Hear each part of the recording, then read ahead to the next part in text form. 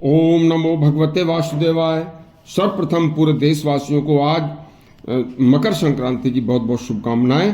सुनिए, व्यास जी बोले, हे मुनीश्वरों, पापियों को यमलोक का सफर पूरा करने के बाद जब यमराज के दूत उन्हें यमराज के सामने पहले पेश करते हैं तो वे उन्हें दंड सुनाते हैं।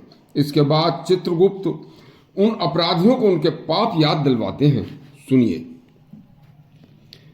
हे मुनीश्वरों, यमराज की पेशी के बाद चित्रगुप्त धर्मयुक्त वचनों से पापियों को उनके कुकृत्य बताते हैं और पहले से सामने महावीच नामक नरक दिखाई देता है।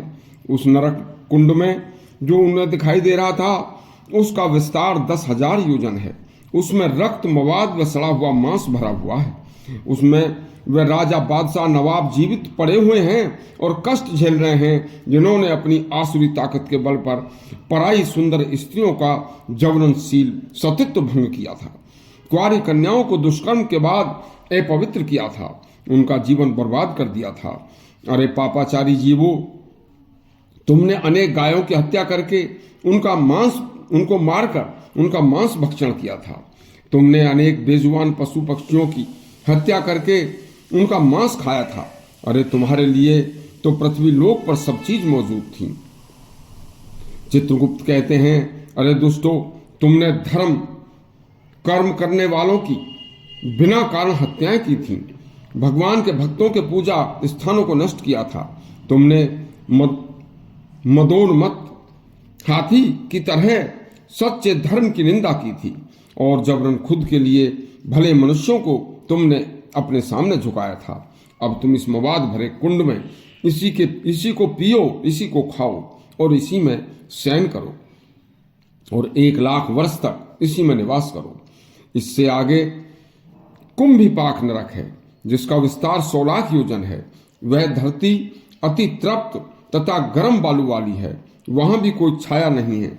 किसी की धरोहर हड़पने वाले और जबरन भूमि पर कब्जा करने वाले जीव उस नरक में प्रलय काल तक कष्ट भोगते हैं। उसके आगे रौरव नरक है। झूठी गवाही देने वाले जीव उस नरक में तप्त बाणों से जलते हुए बिंधे हुए शरीर से जैसे मनुष्य कष्ट पाता है, ऐसे लाखों वर्ष तक कष्ट पाकर नरक भोगते हैं। उससे आगे मैजूस नामक नरक है, जो किसी को निरपराध बंदी बनाता है। उस निरंतर जलने वाले नरक में उन्हें जीवित फेंक दिया जाता है। उससे आगे अप्रतिष्ठ नामक नरक है। वह मलमूत्र से भरा कुंड है। साधु संतों में ब्राह्मणों को कष्ट देने वालों को उसमें फेंक दिया जाता है। उसके आगे विलेपक नामक नरक है। वह लाह की आग से हर समय तप्त और जलता रहता है। मदिरा पीने वाले ब्राह्मणों को उसमें डालकर कष्ट दे देकर जलाया जाता है। उसके आगे जयंती नामक नरक है। वहां पराई स्त्रियों से गमन करने वालों को उन्हें भारी पत्थरों से दबा कर मारा जाता है। और आगे सालमणि नामक नरक है, जो स्त्रियां अनेक पुरुषों से संबंध बनाती हैं, उन्हें कांटों से भरे वृक्षों से चिपटाया जाता है और पूरा शरीर जब घायल हो जाता है तो वहां से उनको निकलने का कोई रास्ता नहीं रहता और आगे वही कष्ट भोगती हैं। वहां उससे आगे महामिस्र नामक नरक है, जिसमें जोक भरी हुई है और अंधकार युक्त है, जो अपने माता पिता को कष्ट पहुंचाते हैं।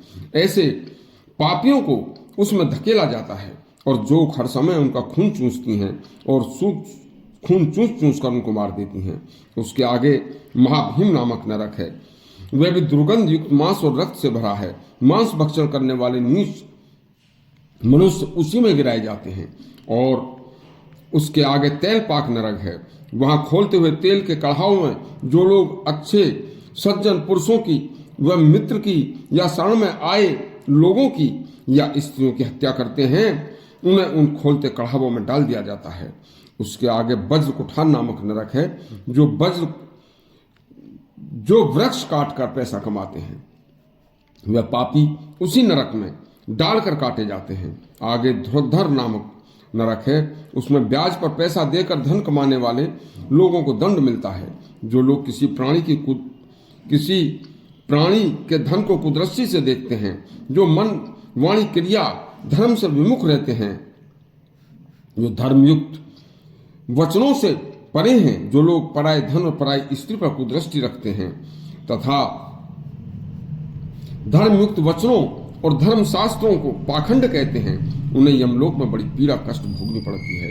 नरक का निवास बहुत दुखदायी है और स्वर्ग का वास सुखदायी है। मनुष्य शुभ कर्म करने से स्वर्ग और अशुभ कर्म करने से नरक में दुख पाते हैं। अब कल धर्म से आगे यमलोक में सुखपूर्वक गति और भगवान की भक्ति के प्रभाव का वर्णन सुनाएंगे, इसलिए हमारा चैनल सब्सक्राइब करें और घंटी दबाएं। धन्यवाद।